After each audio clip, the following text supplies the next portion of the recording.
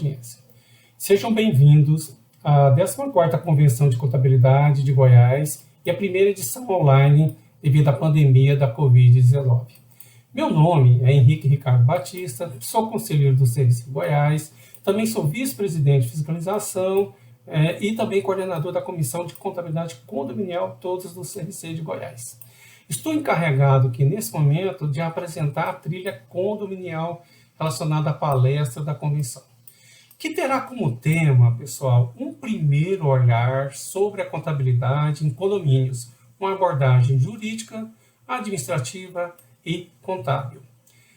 O palestrante é o Dr. Francisco Machado de Egídio, a qual farei a leitura do currículo ao final dessa minha apresentação.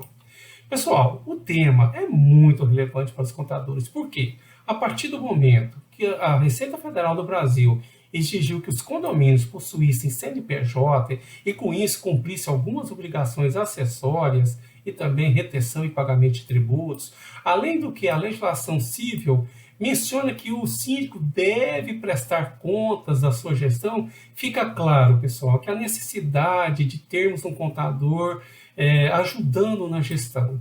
Como também o condomínio precisa de colegas da área de ciências sociais aplicada, que são os administradores e os advogados, mas cada um na sua atribuição e prerrogativa profissional. Uma situação que existe é um limbo na legislação profissional, principalmente na profissional, onde o contador deve cumprir todas as normas do Conselho Federal de Contabilidade, mas também na civil e na tributária, porque elas não falam em escrituração contábil. Quando se fala em prestação de conta, ela não deixa claro de qual maneira a gente deve usar. E com isso, os escritórios de contabilidade que fazem esse trabalho, fazem uma prestação de contas que eu chamo comum, né? Faz uma prestação de contas como regime de caixa, né? Não regime de competência. Então, o que levou essa situação levou a Comissão Condominial de Goiás a elaborar uma interpretação técnica, a gente chama ITG, através de uma minuta, para tratar dessas particularidades de condomínio. Então, a gente fez o estudo de todas as atividades, a comissão possui contadores que só tem a sua serviço voltado para condomínio, e fizemos essa minuta, ela foi levada para o Conselho Federal de Contabilidade, ela está lá na comissão, na Câmara Técnica, sendo analisada. Então, a gente está aguardando a manifestação do Conselho Federal de Contabilidade quanto a isso, né?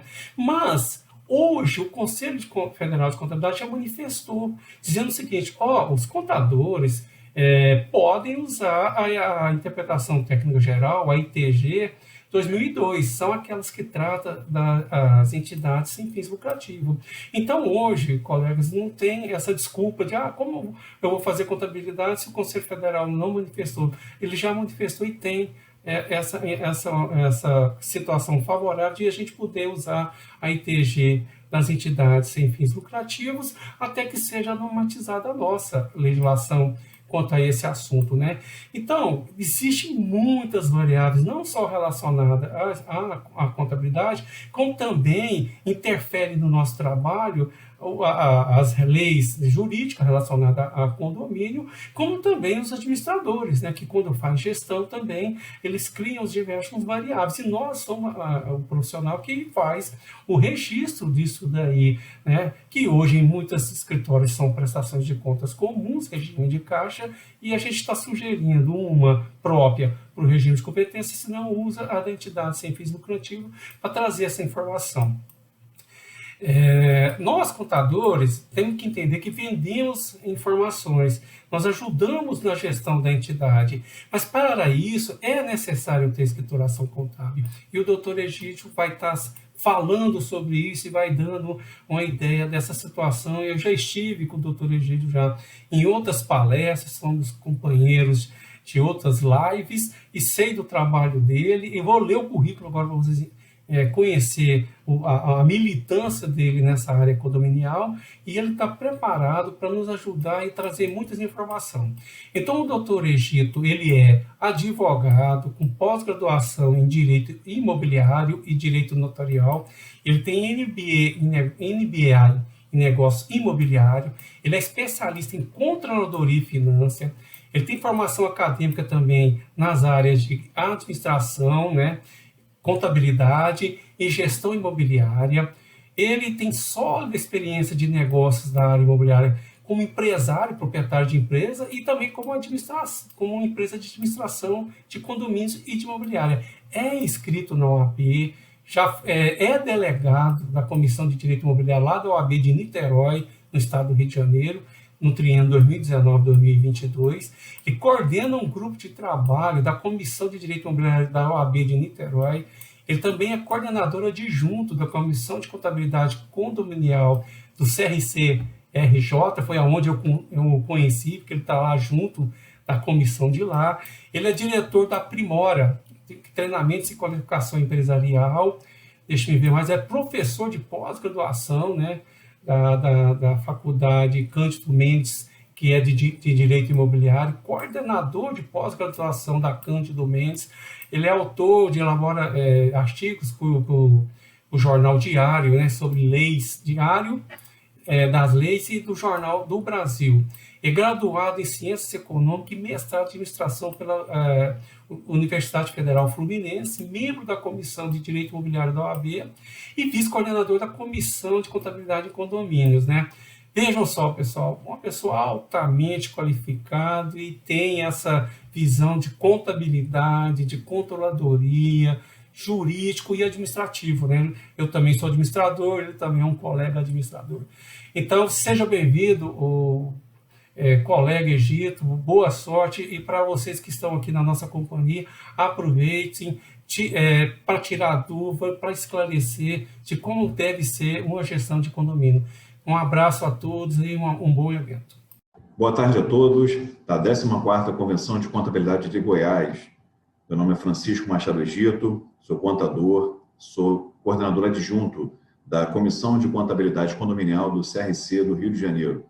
É um prazer estar com vocês para poder falar sobre o primeiro olhar da contabilidade aos condomínios.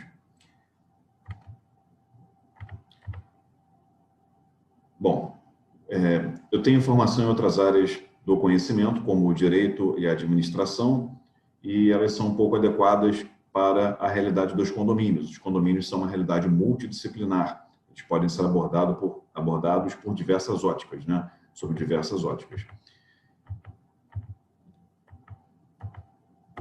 Dando seguimento, continuamos estudando, procurando nos aperfeiçoar nessa área condominial, nessa área imobiliária. Também na parte contábil, eu fiz especialização em controladoria e finanças. Trabalho com administração de condomínios, tenho uma administradora de condomínios e escritório de contabilidade aqui na cidade de Niterói, no estado do Rio de Janeiro. Trabalho como professor, coordeno uma pós-graduação também nessa área de Direito e Gestão Condominial e digo que a grande dificuldade nesse momento é conseguir reunir e desenvolver conhecimento na área da contabilidade em condomínios, é uma área nova, da mesma forma a administração em condomínios também é uma área nova e tenho o prazer de poder estar aqui começando a falar, e o tema da minha palestra é o primeiro olhar, né, sob a ótica da contabilidade.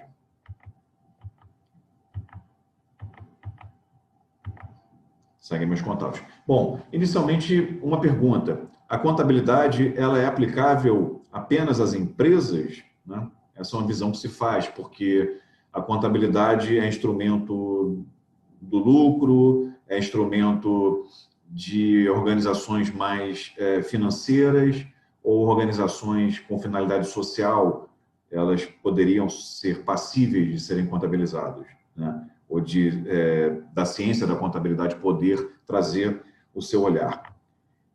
Bom, seria enganoso pensar que a contabilidade se aplicaria apenas ao mundo empresarial.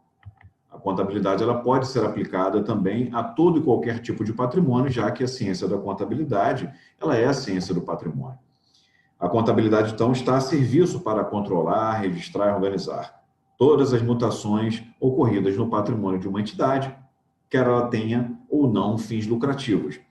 Isso vai ser muito importante adiante quando nós formos olhar a natureza jurídica do condomínio, porque o condomínio possui uma natureza própria, peculiar, e eu vou permitir eu vou pedir permissão, perdão, aos colegas contadores para dar uma passagem na visão jurídica do condomínio, para começarmos a olhar esse condomínio e entender o que é o condomínio, porque o condomínio não é uma empresa, não é uma fundação, não é uma associação.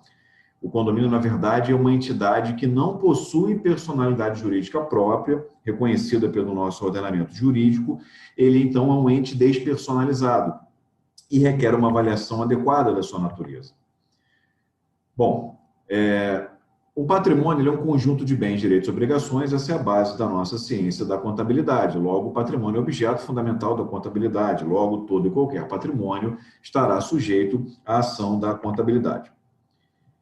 Patrimônio das pessoas físicas, das pessoas jurídicas, né? Até dos entes despersonalizados, como seria a massa falida e como o Código Civil ainda trata o condomínio como um ente despersonalizado, não possui uma personalidade jurídica, e aí a sua natureza é muito peculiar. O condomínio, por exemplo, tem um CNPJ, o condomínio possui obrigações tributárias, fiscais.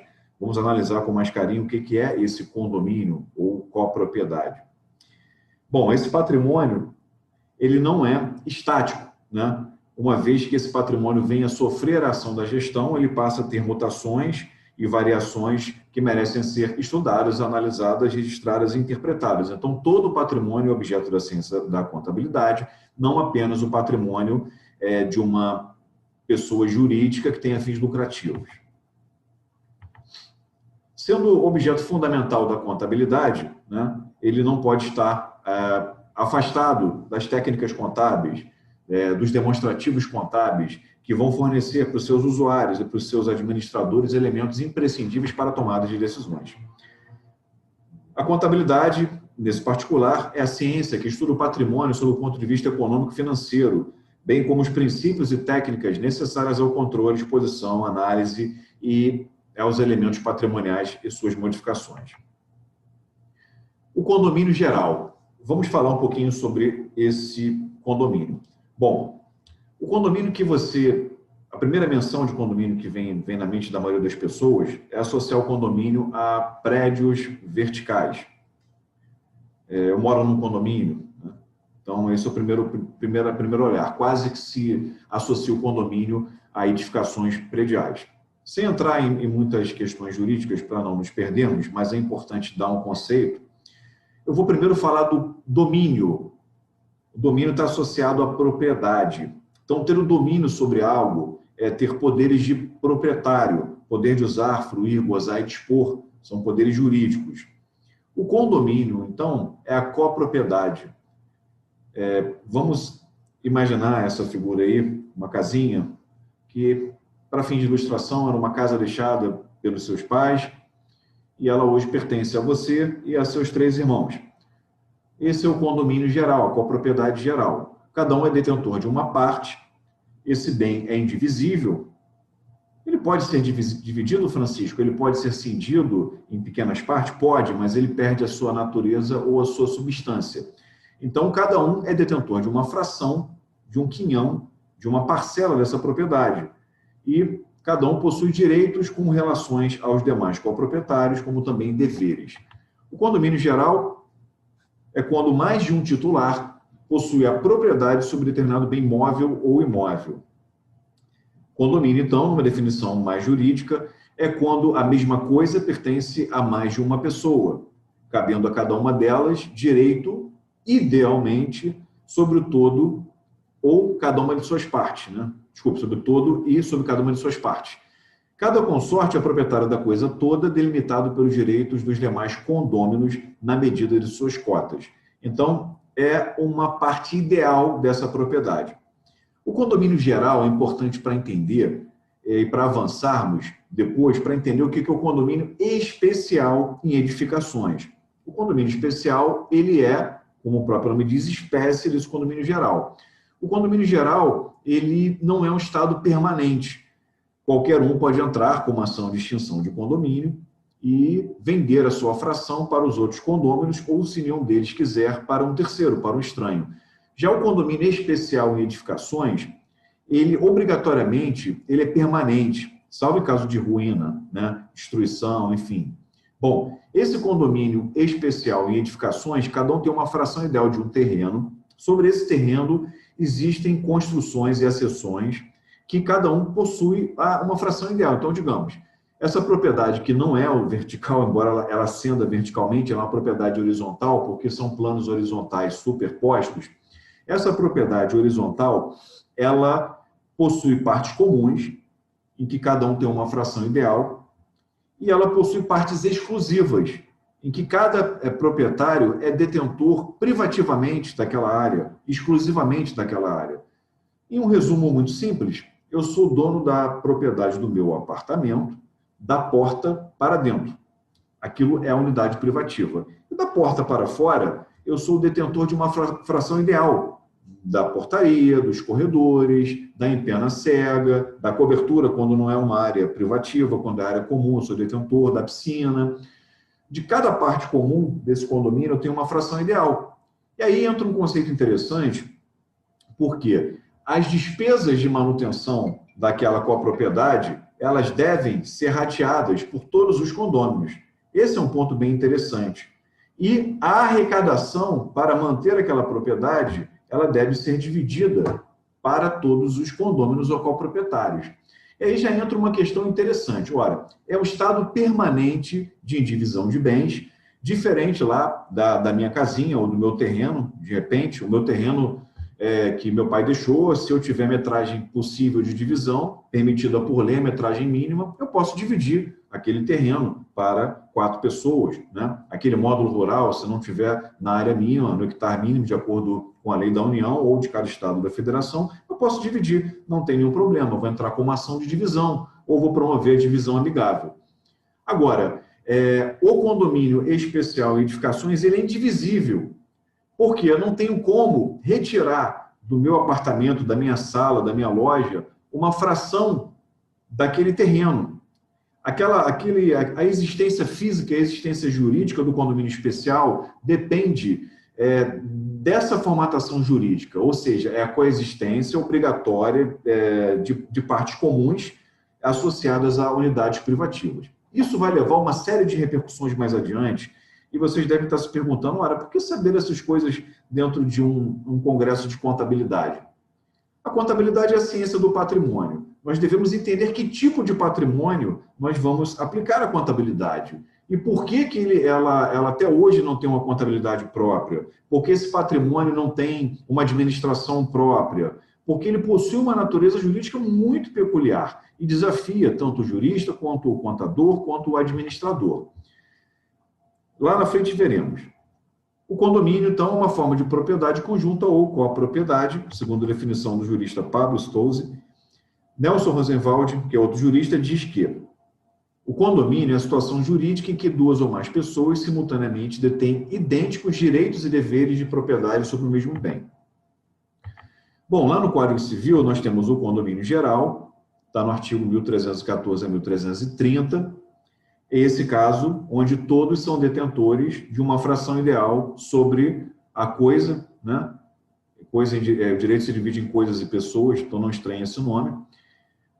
E o condomínio especial é diferente. O condomínio especial é uma espécie do condomínio geral, onde há coexistência entre a propriedade comum e a propriedade privativa. É uma natureza jurídica muito delicada. Esse condomínio ele surge no século passado, nas primeiras crises de urbanização, e ele foi uma solução, especialmente em nosso país, uma urbanização intensa e acelerada, ocorrida na época do Estado Novo de Vargas, década de 30, no fim do primeiro ciclo econômico do café, há um crescimento intenso das cidades, principalmente Rio e São Paulo, naquela época, e para receber todo aquele enorme contingente populacional que vinha morar nos centros urbanos, a solução foi onde existia um terreno, 2 ou 3, onde moravam 1, 2 ou 3 famílias, passamos a receber diversas famílias. Por quê? Naquele terreno houve a propriedade em planos horizontais, o fracionamento do solo e uma solução jurídica que é o condomínio especial em edificações. E aí começaram a vir problemas de todas as naturezas, problemas sociais, para conviver tantas pessoas no mesmo local, problemas patrimoniais, né? Como ratear essas despesas, como constituir fundos e provisões, né? Como ter arrecadação, orçamento próprio, problemas de vizinhança, problemas de gestão. E esse condomínio ele vem sendo até hoje discutido, e ele vem sendo olhado com uma visão mais profissional. Ele vem sendo analisado com uma visão mais técnica, não apenas a extensão das nossas casas, não apenas aqui no lugar onde podemos fazer o que queremos, né? Há uma visão crescente, principalmente da ciência da contabilidade, da ciência da administração, para encarar o condomínio com um viés mais profissional. E é nesse sentido, é nesse contexto, que eu trago um primeiro olhar, então, à contabilidade de condomínios, porque eu posso dizer, é uma opinião minha, compactuada até com outros colegas, mas não sei se é unanimidade, mas uma opinião muito pessoal, que não existe uma contabilidade que seja aplicável à realidade dos condomínios. Nós veremos adiante que o CFC até preconiza a aplicação de uma ITG própria, ITG X 2002, salvo engano, e eu entendo que ela não é adequada para a realidade dos condomínios. O condomínio tem uma natureza muito própria, muito específica. E meu propósito aqui é trazer um primeiro olhar e começar a discutir essas questões. Para os contadores do estado de Goiás, meus parabéns, porque vocês estiveram à frente em preparar uma normativa, e nós veremos essa normativa mais adiante, que ela dá outros passos, corajosamente ela começa a olhar para o condomínio com uma visão mais própria, uma visão mais adequada à sua realidade. Isso é um ponto muito interessante. Condomínio especial edificações, né? Ele é novo, veio da urbanização. Condomínio geral é o Instituto Antigo, vem desde os romanos. A copropriedade, mais de uma pessoa detinha a propriedade sobre uma coisa, e os prédios, as construções eram muito simples. Você tinha no máximo um sobradinho, 2, 3 andares, e já existia problema, daí os romanos dizerem que o condomínio era mater et richatorum, o condomínio era a mãe de todas as discórdias, mas eles encaravam o condomínio como algo transitório. E eu não posso hoje olhar para uma edificação como algo transitório, como um prédio de 20 andares, 15 andares. Ele não tem natureza transitória, não dá para dividir aquele condomínio, ele é permanente, ele veio para ficar. Não só porque a incorporação imobiliária é um empreendimento que requer grande investimento, mas porque pela própria natureza física ele é indivisível, pela própria complexidade de investimento ou da sua própria natureza ele é indivisível. Eles são partes individuais ou privativas, como eu disse antes, sala, loja, cobertura, apartamento, coexistindo obrigatoriamente com partes comuns. Essa é a realidade. Então, esse condomínio especial é uma combinação de áreas privativas, onde nós somos detentores de direito de propriedade daquelas áreas, nós podemos vender, alienar, alugar, e áreas indissociavelmente comuns. Nós não podemos vender a nossa fração ideal da portaria, da piscina, né? Isso traz uma série de repercussões. Logo, nós temos que contribuir, ratear as despesas comuns. Isso está no Código Civil, artigo 1336, inciso 1º, e outras decorrências dessa propriedade comum. Daí até um ponto interessante, alguns condomínios usam nomenclaturas completamente equivocadas. Fala-se de receita em condomínio. O condomínio não tem receita, porque ele não tem uma prestação de serviços para a realidade externa. Ele não vende produtos ou mercadorias, né? Ele não tem receita. O que existe é uma arrecadação.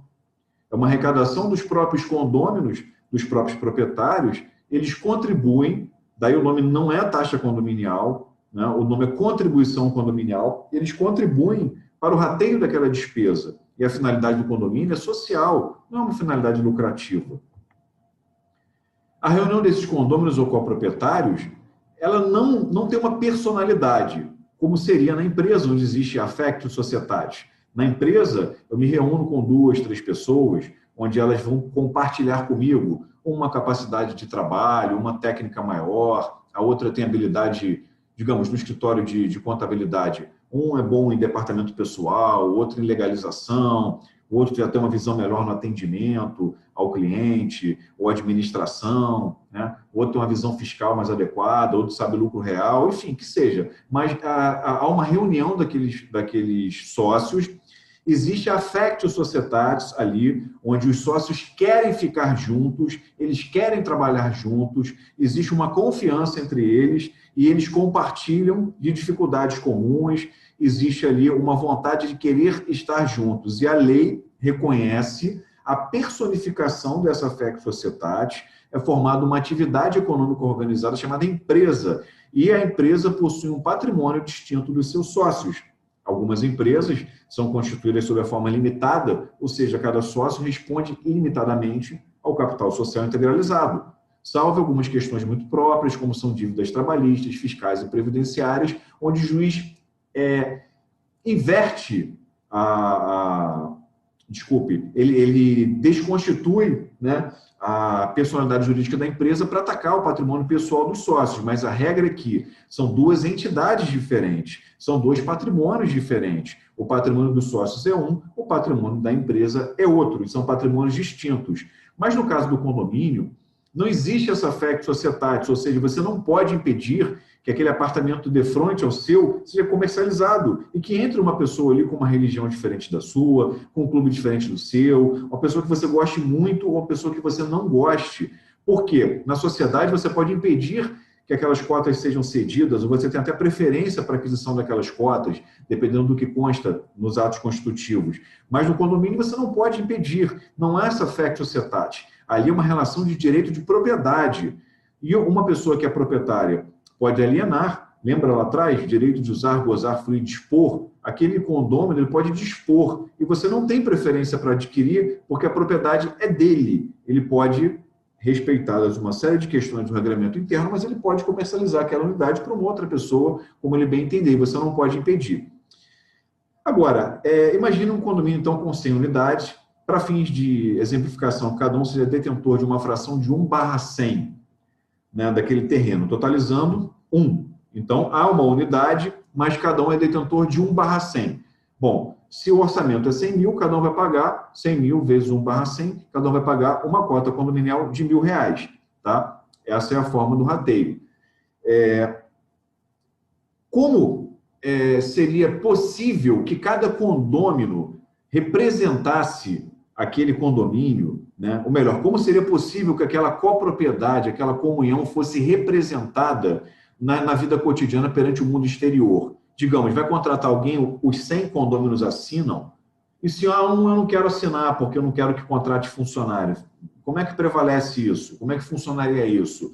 Quem vai arrecadar essa importância? Os contratos que vão ser assinados, os 100 têm que assinar, os 100 têm que firmar, enfim, para representar esses condôminos no mundo exterior é que se criou a figura da representação de um síndico que é eleito por uma assembleia de condôminos que recebe um mandato. O mandato é um contrato no mundo do direito, onde você dá poderes para alguém gerenciar interesses, né? Nós veremos adiante. Mas não há uma personalidade, ou seja, esse condomínio, isoladamente, ele não tem personalidade jurídica. Ele é distinto dos demais condôminos, sim, mas ele não possui essa personificação. É um estado de divisão de bens. Mas o direito discute muito esse ponto, e nós veremos adiante que é uma questão muito delicada. O domínio do imóvel não pertence a uma pessoa jurídica. O condomínio ele não é uma empresa, ele não é uma associação, ele não é uma fundação, ele não se reveste de nenhuma forma jurídica típica prevista no ordenamento jurídico. Se formos lá no artigo 44 do Código Civil, não veremos o condomínio dotado de personalidade jurídica, como são as empresas, as associações e as fundações, por exemplo. Isso traz algumas repercussões para a contabilidade, como veremos adiante. O condomínio, no entanto, ele possui capacidade processual, ele pode ser sujeito de direitos, ele contrai obrigações, né? Ele possuindo direitos e obrigações, existem mutações e variações patrimoniais que a contabilidade deve registrar, ele tem obrigações tributárias, fiscais, previdenciárias e trabalhistas. Então, pode verificar que o condomínio tem uma natureza muito própria, né? Muito peculiar, e isso traz uma série de dificuldades para um melhor conceituamento do condomínio, tanto no ordenamento jurídico, como no mundo contábil, no mundo da administração. Por isso essa palestra ela é desafiadora, porque ela fala, é um primeiro olhar sobre a contabilidade de condomínios. Mas nós vemos nos tribunais a discussão jurídica sobre o que é esse direito de propriedade, ou direito de copropriedade, e como ele vai tomando feições muito diferentes, como ele é um patrimônio próprio, que está sujeito a obrigações próprias e peculiares, como esse patrimônio, sob a ação da administração, ele ganha uma nova característica, ele ganha uma nova dimensão. Então, os tribunais começam a olhar para esse estado permanente de divisão de bens, começam a olhar para eles com uma nova observação, um novo olhar, reconhecendo nele uma personalidade jurídica nascente e gradativa. Indo lá atrás, o pai da Lei de Condomínios e Incorporações é o mineiro Caio Mário da Silva Pereira. Em 64, ele criou uma Lei de Condomínios e Incorporações porque não tínhamos lei própria. Lembrando que o condomínio é uma realidade do início do século passado, né? Pelo menos o condomínio especial. O condomínio geral já existia. O Caio Mário dizia o seguinte: o condomínio, contudo, não é uma pessoa jurídica. Nele não existe um ente dotado de personalidade composto do conjunto de proprietários com direito sobre a coisa comum. Não existe, por outro lado, uma personificação desse acervo patrimonial, ad instar do que se passa com as fundações. Há, porém, uma comunidade de interesses ativos e passivos, e por isso mesmo é conveniente que se credencie alguém para as funções de contato com o mundo exterior. Que se crie um órgão hábil para resolver o que é compatível com o comportamento do grupo e que se estabeleça o jogo de princípios regulamentares de harmonia do conjunto. Então, esse condomínio, mesmo não tendo personalidade jurídica, ele é representado por um síndico eleito, ele possui seus órgãos de gestão, subsíndico, conselho fiscal, em alguns casos, conselho consultivo. O síndico pode criar órgãos, né? Ou a Assembleia pode imbuir determinadas pessoas ou comissões de poderes, como diz lá no 1348, inciso 2 do Código Civil. Esse condomínio possui um regramento interno, composto pela Convenção do Condomínio, regimento interno, para tratar do seu orçamento, dos seus representantes, do seu exercício fiscal, do rateio das suas despesas, da cobrança das suas cotas condominiais, da convocação das suas assembleias, enfim. Mal comparando, ele seria quase uma empresa. É uma comparação atécnica, tá, pessoal? Mas mal comparando em termos de complexidade, em termos de dimensão. Um condomínio de grande porte, ele poderia ser comparado a uma empresa, talvez, de tamanho médio, só que com problemas muito próprios, muito diferentes. Não apenas problemas de gestão, problemas contábeis, problemas patrimoniais, mas problemas de relacionamento entre os condôminos, problemas de uso das áreas comuns, que excede aqui o propósito do nosso curso, da nossa palestra, né? Mas vamos lá. Quais são as decorrências da ausência de personalidade jurídica do condomínio? Numa empresa, quando há dívida, é o patrimônio da empresa que é penhorado. O patrimônio dos sócios só é atacado em caso de fraude ou má gestão. A responsabilidade dos sócios, ela é apenas limitada, né, ao capital integralizado. Então, uma empresa de 100 mil de capital, os sócios só respondem até 100 mil, passou daquilo eles não respondem, porque existe um risco no empreendimento. Já no condomínio é bem diferente. Como ele não tem personalidade jurídica, e se esse condomínio não tiver dinheiro na conta, não tiver móveis e utensílios para serem penhorados, para satisfazer aquele crédito, é o patrimônio dos condôminos que vai ser penhorado, diretamente, sem limite. Temos aí uma ação judicial, onde houve dano do condomínio a terceiro, esse terceiro ingressou com uma ação, e o condômino teve que pagar essa dívida na proporção de sua quota parte, ou seja, no nosso exemplo, se cada um tem 1/100 avos, e existe uma dívida de 30 mil reais e o condomínio não tem patrimônio, não tem dinheiro em conta para penhorar suportar o pagamento daquela dívida, cada condômino vai pagar a sua dívida na proporção da sua fração ideal. Então, se você tem 1/100 avos da propriedade, você tem 1/100 avos da dívida de 30 mil. Parabéns, você é detentor de 300 reais de dívida, né, daquele condomínio. Isso aí não barato, porque existem condomínios com passivo. Temos um condomínio comercial que na nossa região, 50 milhões de passivo. E esse passivo não está no balancete, nos demonstrativos contábeis, porque, como eu disse, não existe uma contabilidade adequada para o condomínio, que existe um relatório, um demonstrativo de caixa, onde você mostra o dinheiro que entrou e saiu. Mas ali você não tem uma série de questões contábeis que poderiam evidenciar todo o passivo da entidade. Não aparece, é partida simples, é um regime de caixa, não é um regime de competência, não existe sequer notas explicativas, você não tem obrigações ali com terceiros. Logo, você não tem como saber, a não ser com um olhar muito acurado, um olhar muito investigativo, de saber se aquele condomínio possui algum passivo. Um passivo com alguma empresa de terceirização, um passivo com algum credor trabalhista. De repente, você tem um passivo oculto que não está contabilizado, não está registrado nas declarações, justamente porque não tem um profissional de contabilidade na administradora do condomínio, ou porque não existe uma norma própria que detecte aquele passivo fiscal, declarações não enviadas, tributário, impostos não retidos. Por isso é que a natureza do condomínio é tão ímpar. Por isso eu comecei apresentando o que é o condomínio e o que não é o condomínio. Na verdade, o que é o condomínio é o maior desafio. Ninguém chegou muito à conclusão do que é o condomínio. O que não é o condomínio já se sabe. Não é empresa, não é associação, não é fundação. Mas o que é o condomínio é a grande discussão no meio jurídico e agora no meio contábil. No caso em questão, a dívida do condomínio lá, ela vai ser rateada por cada coproprietário na proporção da sua fração ideal. E aí está a decisão judicial colocando, uma vez ajuizada a execução, em face do condomínio, se inexistente patrimônio próprio para a satisfação do crédito, podem os condôminos ser chamados a responder pela dívida, na proporção da sua fração ideal. Ou seja, se o síndico rapidinho não cobrar uma taxa extra para ratear, você pode ter uma penhora na sua unidade, porque você é detentor de uma fração ideal. Se o condomínio não tem patrimônio, não tem nada penhorável, e se a conta do condomínio não pode ser penhorada além de tal limite, porque aquele dinheiro é arrecadado para pagar prestador de serviços, funcionário, então existe um limite para a penhora. Se o síndico não resolver rapidinho uma taxa extra para todos os condôminos pagarem a dívida, ratear a dívida entre os coproprietários, é passível de penhora a unidade de qualquer condômino. Olha que situação muito esquisita, né? Para quem tem a visão da empresarial, ela é muito esquisita, ela é muito diferente, muito peculiar. No igual raciocínio, todos os direitos também do condomínio. E aí vamos para o caso do aluguel da empena cega. A empena cega, a empena é qualquer uma das faces da edificação. A gente está acostumado a ver a fachada principal, onde tem as varandinhas nos prédios mais novos, né, onde tem aquele estilo decorativo, aquele estilo arquitetônico.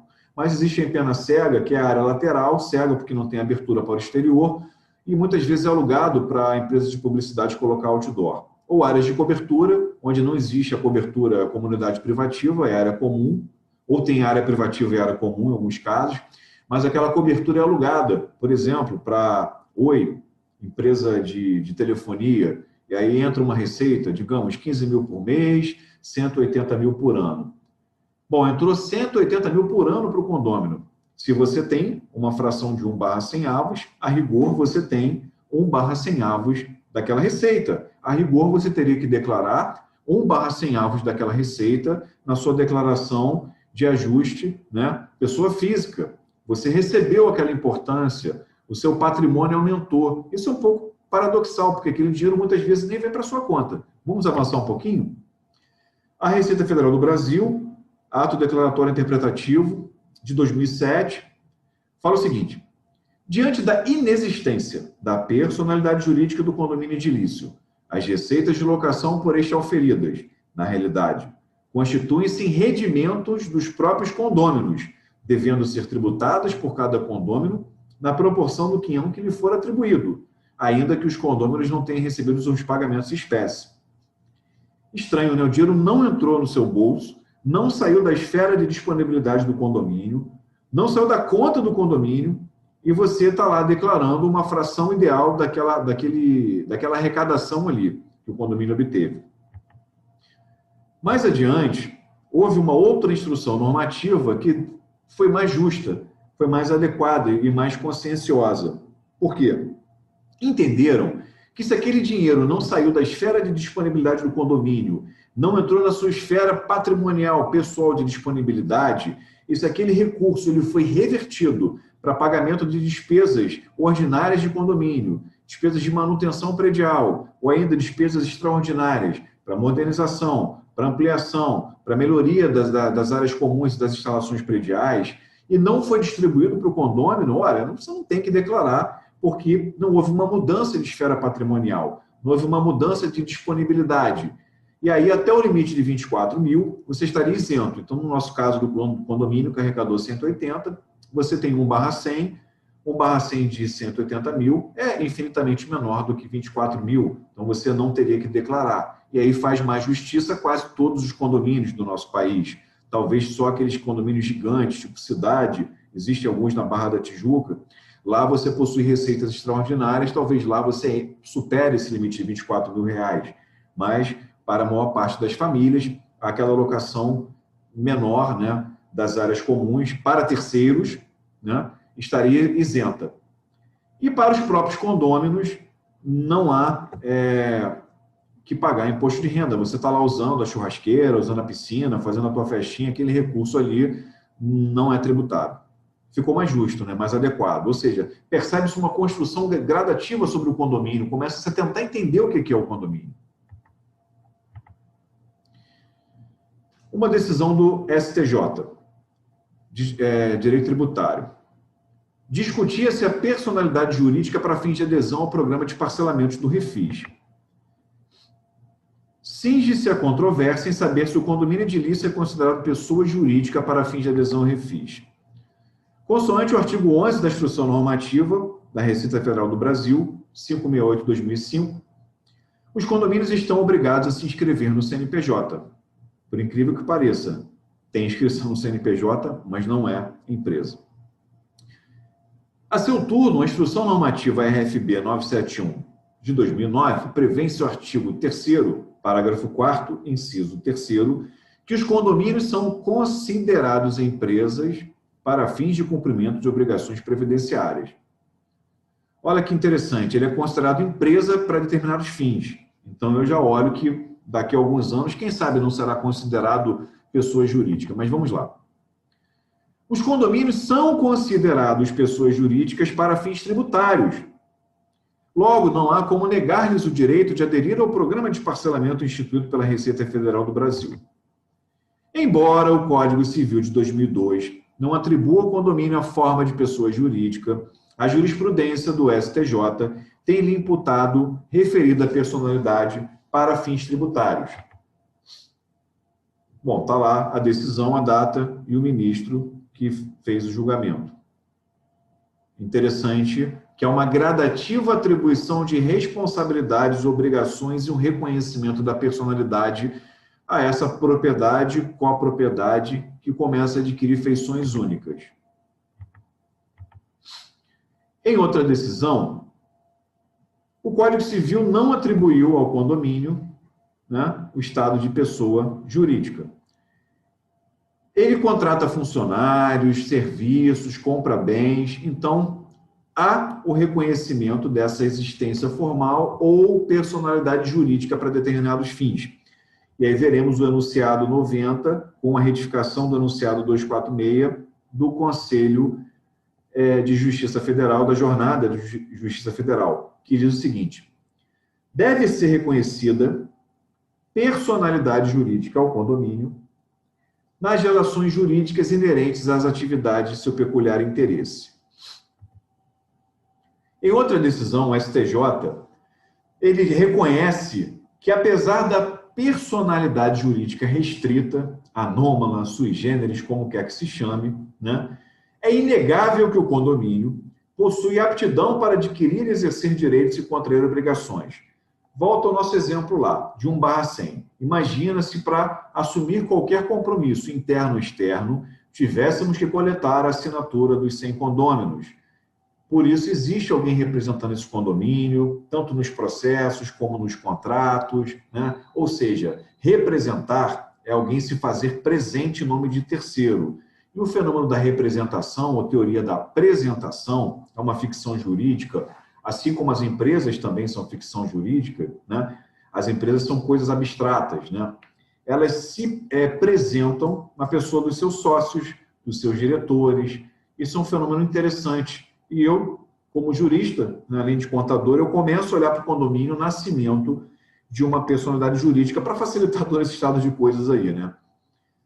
O contador é muito mais prático, o jurista vai ficar discutindo uma série de questões, o contador vai querer saber como lançar, como contabilizar e como resolver o problema. Ainda que não vise ao lucro, o condomínio não pode ser tratado como um mero ou como um simples estado de divisão de bens. Ele não é só um direito de propriedade, ele vai muito além disso. Ele começa a adquirir vida, esse patrimônio adquire vida. É o patrimônio das famílias, né? É direito de vizinhança, ele tem orçamento, ele tem gestão, é uma gestão muito peculiar, muito interessante. O condomínio é enquanto ente constituído para gerir um patrimônio comum, olha que definição legal, Ele é uma entidade, ele tem um patrimônio comum, embora não tenha personalidade ainda para determinados fins, ou personalidade jurídica completa. Esse patrimônio comum, ele deve ser administrado, deve realizar o seu mistério com eficiência, objetivando sempre a preservação e o cumprimento dos direitos e deveres dos condôminos de terceiros.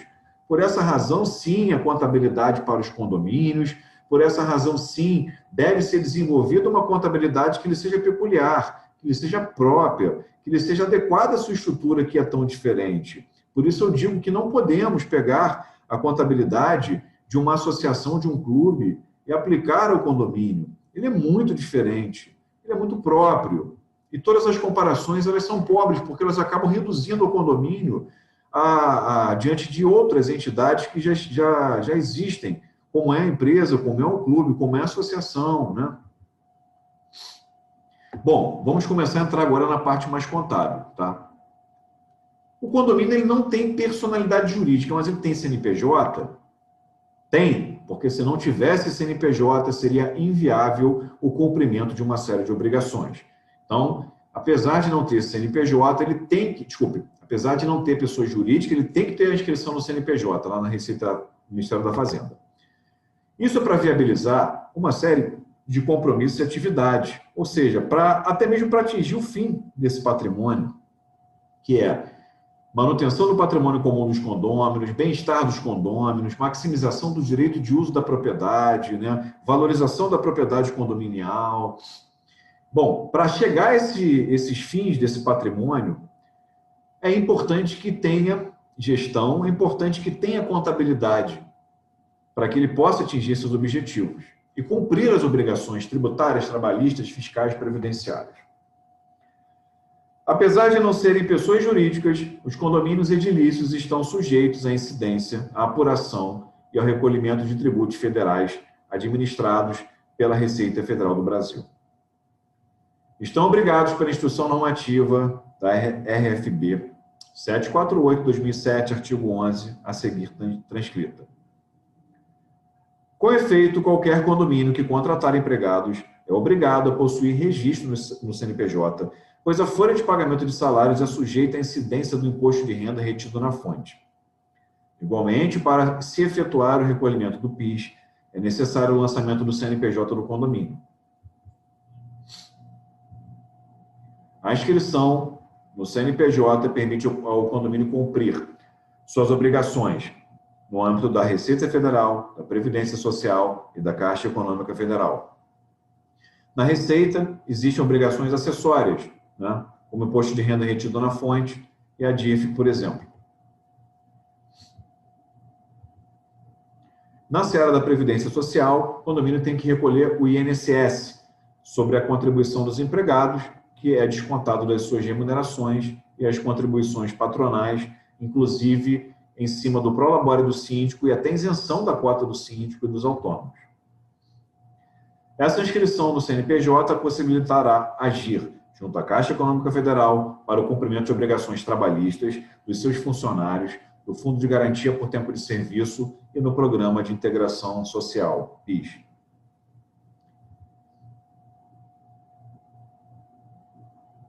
Não há obrigatoriamente uma contabilidade de condomínios. Lá no CFC, seria aplicável a ITG 2002 para entidades sem fins lucrativos. Bom, o condomínio ele é uma entidade social sem fins lucrativos? Sim. Francisco, posso aplicar essa ITG? Em minha opinião, ela não é adequada à realidade dos condomínios. Aplica ela para um clube, para uma associação, mas não aplica para o condomínio. Eu entendo que essa norma ela é completamente divorciada da realidade dos condomínios. E aí nós advogamos que seja desenvolvida uma norma aplicável, uma norma mais própria. E aí eu novamente parabenizo nossos colegas de Goiás, que foram pioneiros em dar seguimento a uma norma própria. Não sei como anda a tentativa de aprovar junto ao CFC, mas ainda que o trabalho talvez que não esteja completo, pronto e acabado, e nada na Terra está pronto e acabado, o melhor livro não foi escrito, o melhor evento não foi realizado, o melhor trabalho não foi feito, né? É nesse sentido, mas já é um grande passo para lá na frente termos algo e começarmos a aprimorar. a discutir, a refinar. E hoje não temos nada. Por isso eu parabenizo. É papel do CFC desenvolver normas próprias contábeis que sejam aplicadas aos condomínios? Sim. A resolução 560/83 tem lá as competências do contabilista e muitas dessas competências e muitos dos trabalhos dos contadores são realizados dentro das administradoras de condomínio, são realizados nesse patrimônio condominial ou deveriam ser realizados. Por essa razão, o CFC tem que normatizar, tem que regrar dentro da sua competência, né, o que aplicar aos condomínios. Lembrando que norma vem do latim esquadro, né? O esquadro é colocar alguma coisa numa linha reta, endireitar aquilo que está torto. Hoje a gente pode falar que está torto, não tem norma própria. Você tem, algumas pessoas até entendem de forma equivocada, e falam assim, Francisco, então, eu não estou entendendo, aqui no meu estado a gente tem contabilidade de condomínio sim, aí na sua cidade, Niterói, não tem, no estado do Rio não tem? Tem, você pega os balancetes contábeis e existe lá, só que o que existe para um contador, eu não posso dizer que aquilo é uma contabilidade. Aquilo são meros relatórios demonstrativos de caixa. Ah, Francisco, o Conselho Fiscal é composto por pessoas leigas, né? O síndico é uma pessoa, muitas vezes, sem formação própria, sem especialização. Para que complicar? Bom, primeiro nós estamos complicando. Estamos trazendo a ciência para melhor registrar o patrimônio da entidade e as variações contábeis e trazer suas técnicas. Mas é necessário que haja um controle mais acurado do patrimônio. Se nós vamos mostrar algo mais simplificado para os usuários em geral, para o público leigo, acredito que sim, que tem que ser mostrado, porque as pessoas já fazem uma confusão danada com um balancete simples, né? Com um mero relatório de caixa, sem grandes desenvolvimentos, não se entende aquilo. Imagina se entrar com uma contabilidade mais aperfeiçoada. A questão é importante que tenha uma contabilidade e que ela possa apresentar demonstrativos simplificados para o público leigo em geral, e que ela possa apresentar demonstrativos mais técnicos para o judiciário, para um perito, para um profissional de contabilidade, para um administrador, para um advogado condominialista, para um engenheiro, e por aí vai. Esse é um ponto interessante. Bom, o papel dos conselhos, então, é proteger a sociedade e contribuir para a evolução das profissões. Francisco, tem que ter contador e administradora de condomínios? O meu entendimento pela resolução 560/83 é o de que tem que ter contador. Muitos dos trabalhos feitos dentro de uma administradora de condomínio são trabalhos contábeis. Quem me conhece sabe que eu falo e defendo as profissões, defendo a área de atuação de cada uma delas, como também sou administrador, né? Eu não estou aqui defendendo a contabilidade, eu estou defendendo aquilo que eu acho razoável. Uma administradora de condomínio, ela é uma administradora auxiliar, ela não tem cargo, desculpe, não tem função decisória, nós não administramos os condomínios, não é gestão direta, porém, existe uma série de trabalhos e de funções que são funções administrativas, planejamento, organização, a direção está mais reduzida, o planejamento um pouco mais reduzido, né? Depende do gestor do condomínio, do síndico, né? E o controle. Mas existe uma administração auxiliar ali.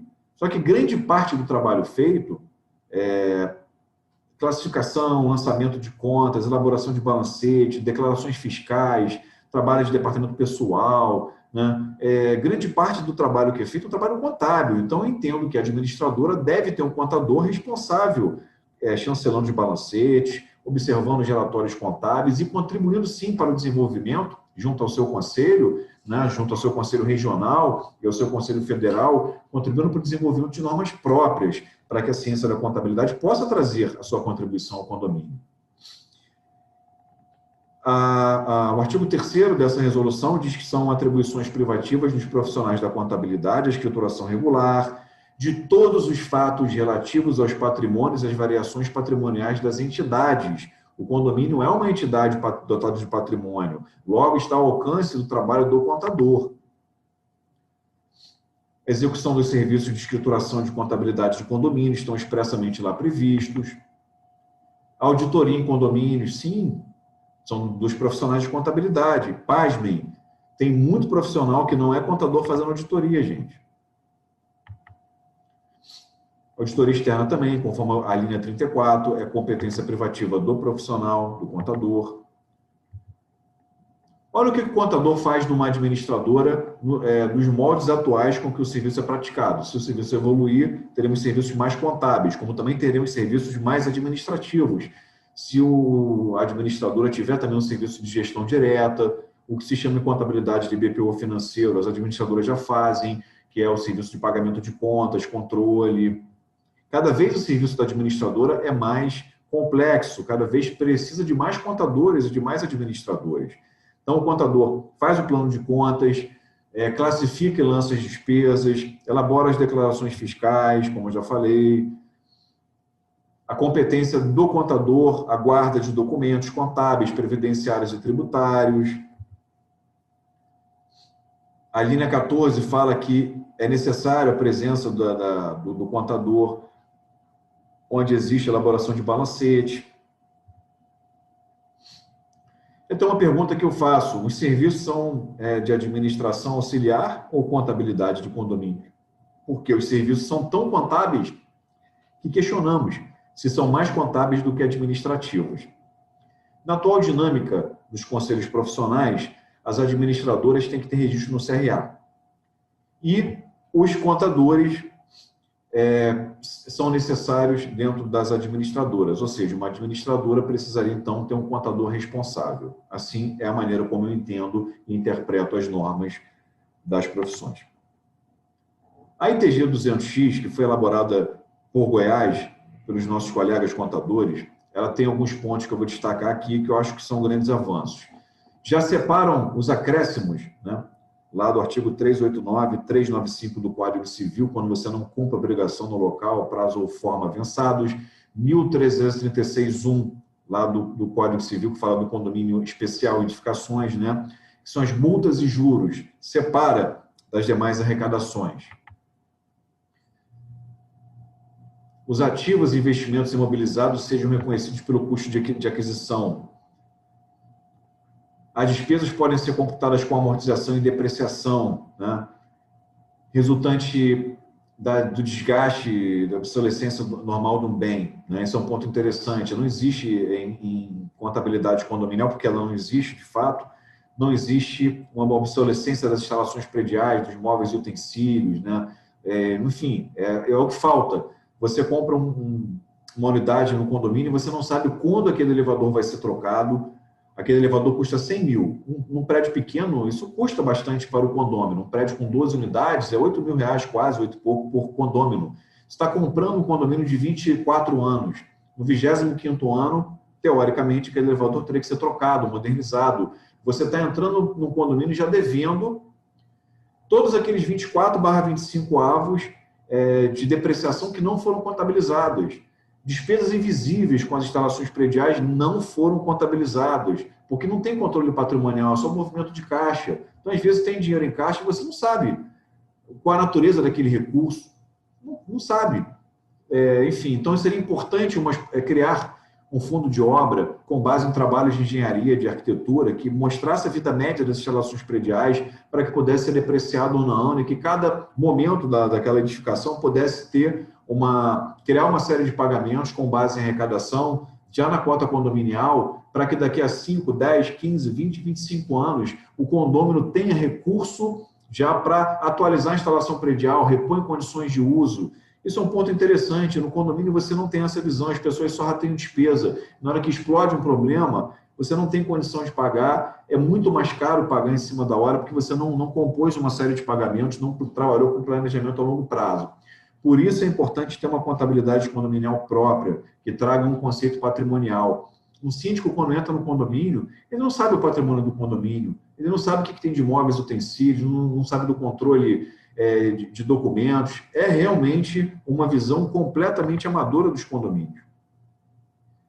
Por isso que eu falo, no seu condomínio, valoriza o síndico que está fazendo um trabalho profissional ou aquele síndico que entra como profissional. Cobre dele, porque ele precisa se qualificar, ele precisa estudar, ele precisa aprimorar as técnicas dele, embora não haja ainda uma profissão regulamentada que exija uma prova que separe os habilitados dos inabilitados e que tenha um conselho profissional para fiscalizar. Não existe, eu defendo que exista, mas não exista. Não existe. Mas você escolha um síndico preparado para gerenciar o seu patrimônio. São muitas obrigações e compromissos nas esferas jurídicas, contábeis, administrativas, enfim.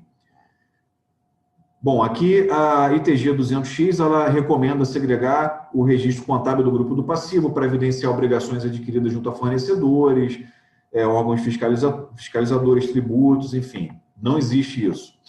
As demonstrações, então, a serem criadas seriam um balanço patrimonial, demonstrações de resultado do período, demonstração de fluxo de caixa direto, notas explicativas, que também não existe.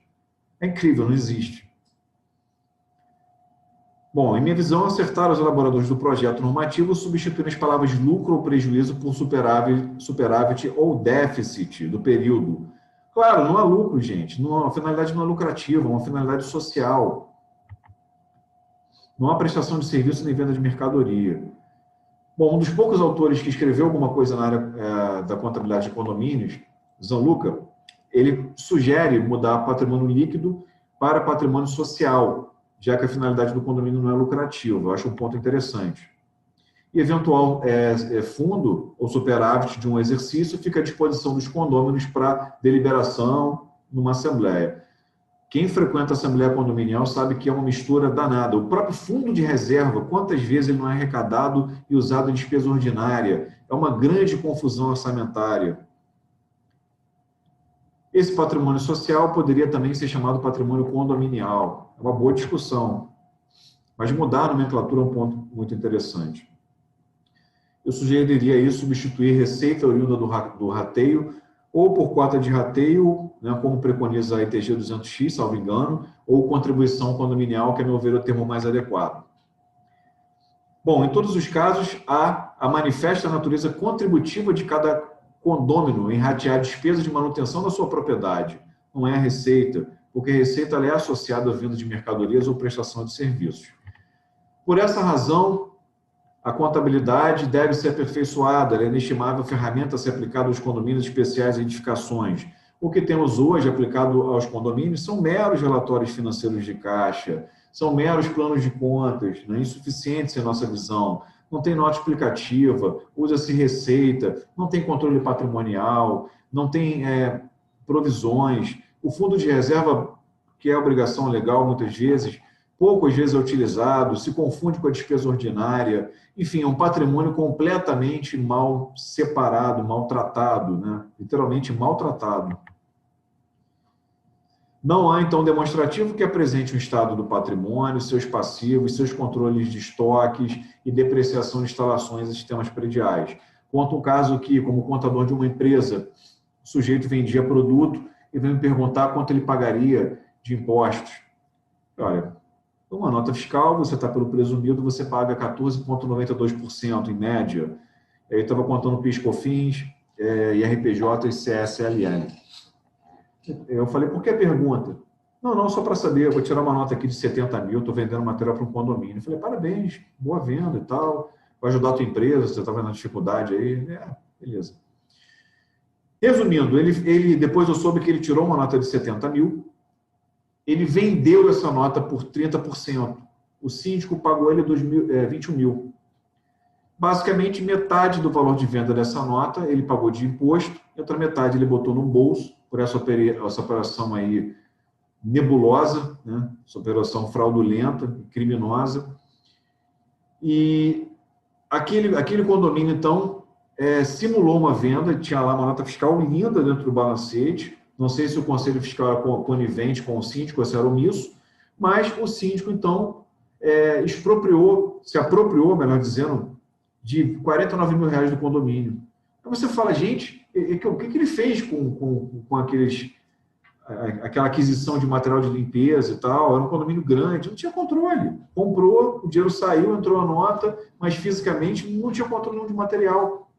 E o síndico botou dinheiro no bolso.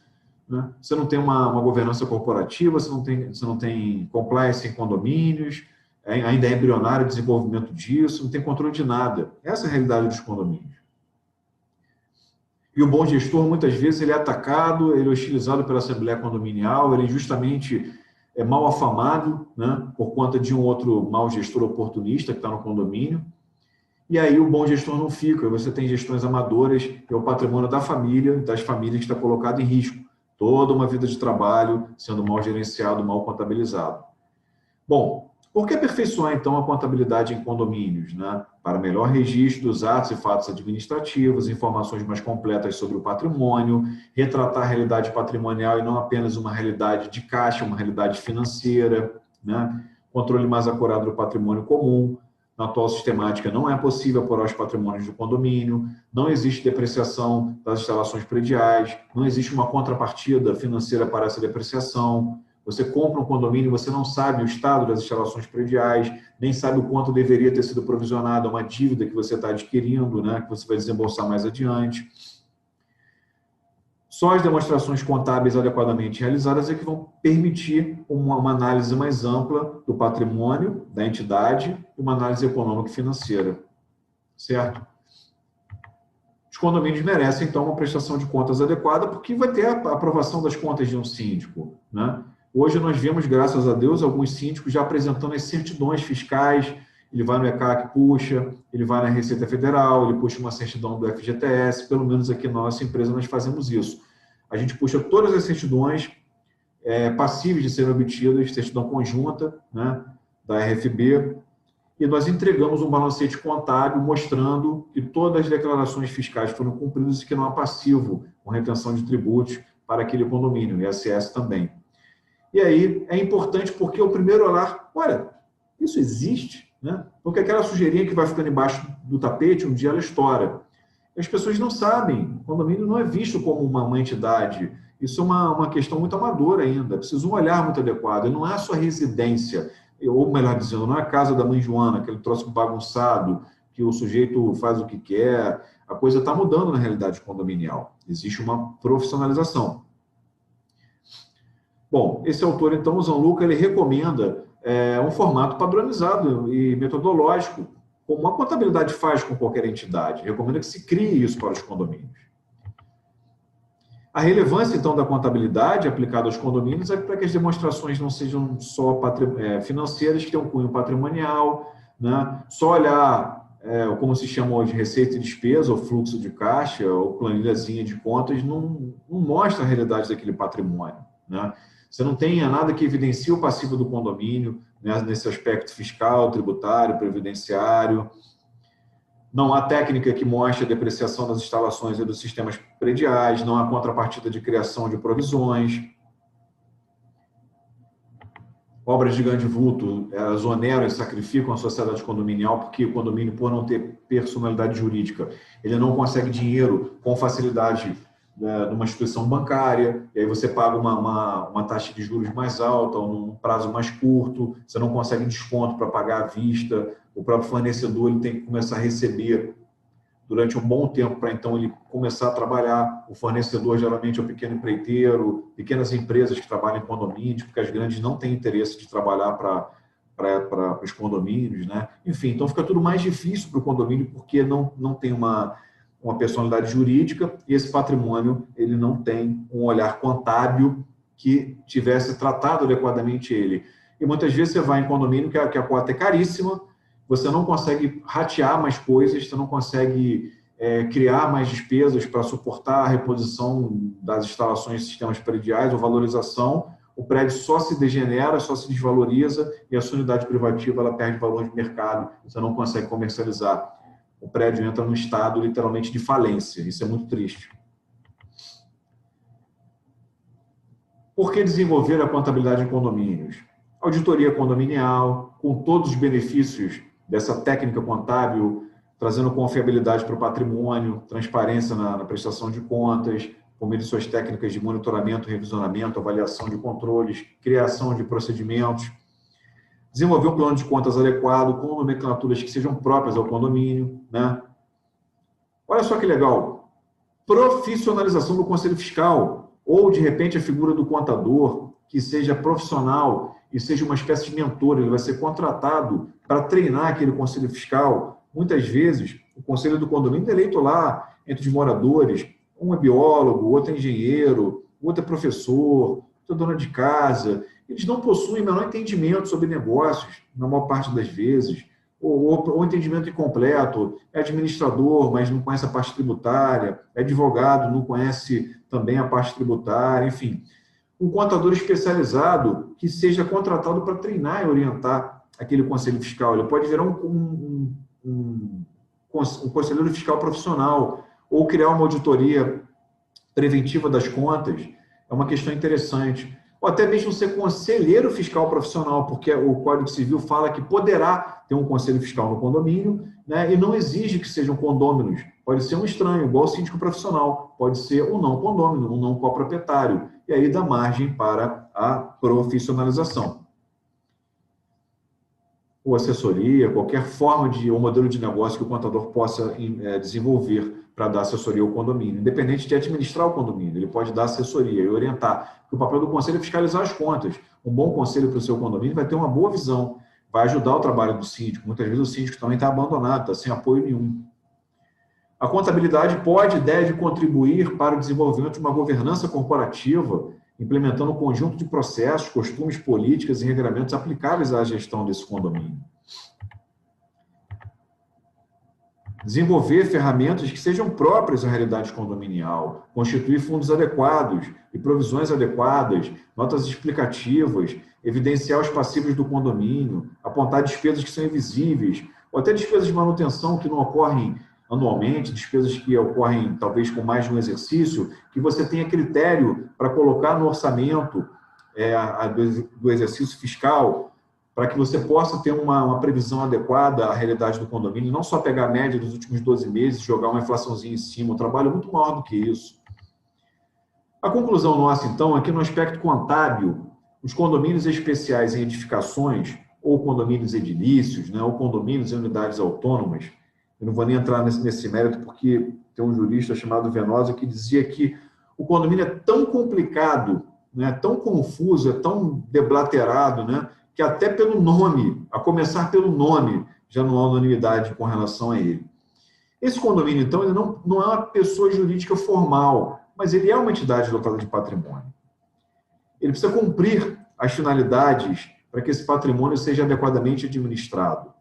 Esse patrimônio não é estático, sob a ação da gestão, ele passa por variações quantitativas e qualitativas dignas de nota, que devem ser adequadamente organizadas, registradas, estudadas e avaliadas por meio de técnicas contábeis específicas, né, próprias para o condomínio, para fornecer, então, informações estruturadas aos administradores e aos usuários, permitindo a tomada de decisões e melhor compreensão da entidade. Em nossa acepção pessoal daqui do Francisco, né, em minha avaliação pessoal, o condomínio ele sempre careceu dos olhares das ciências da contabilidade e da administração. Por ser uma realidade jurídica, né, propriedade, as incorporações imobiliárias, o condomínio especial em edificações, ele foi muito discutido no meio jurídico, mas agora é hora de termos contadores especializados em condomínios, para discutir o que é esse patrimônio, para debater, para dar sua contribuição. É a hora dos administradores também olharem para o condomínio como um patrimônio que merece uma gestão adequada para aquela organização social, para aquela organização tão diferenciada, para manejar os recursos espaciais, recursos temporais, recursos humanos, recursos financeiros, recursos tecnológicos. Enfim, é importante ter um gestor próprio, adequado, né, um gestor qualificado para gerenciar aquele patrimônio. Por essas razões, eu digo que é necessário desenvolver uma contabilidade própria para o condomínio e aplicável à realidade dos condomínios, né? Da mesma forma que é necessário desenvolver uma administração própria, com processos gerenciais e ferramentas de gestão próprias a essa entidade organizacional, né? Essa organização condominial. Queridos, foi um prazer estar com vocês, né? Segue meus contatos aí. Agradeço aos nossos colegas da Comissão de Contabilidade de Goiás, né, condominial de Goiás, ao Conselho Regional de Contabilidade de Goiás e aos colegas que trabalham na área condominial. É um grande prazer estar com todos vocês. Um abraço, né, e até a próxima.